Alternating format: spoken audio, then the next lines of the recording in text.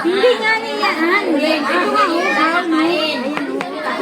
uhaw mo. Kabayo, isda o damo.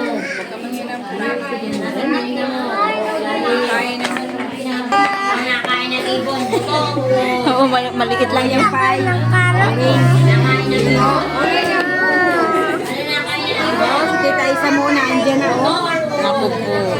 Layo na, dali tayo.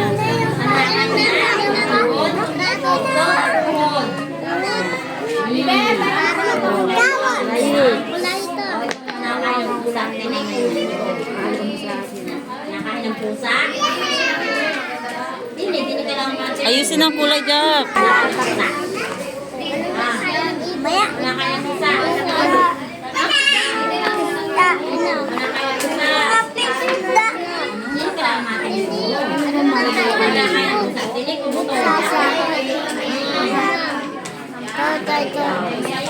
Hindi man lang kulayan yan.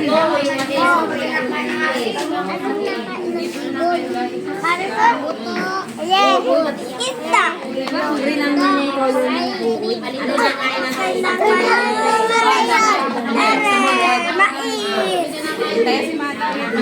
Uy, pabayaan mo siya. Siya ang magsulat. Ikaw magkulay. Mamatay ito ibon saan? Hindi man niya mamamatay kasi uhod yan, uhod. Uhod yan. Hindi man yan ahas. Ito na, saka ito na. Hindi nga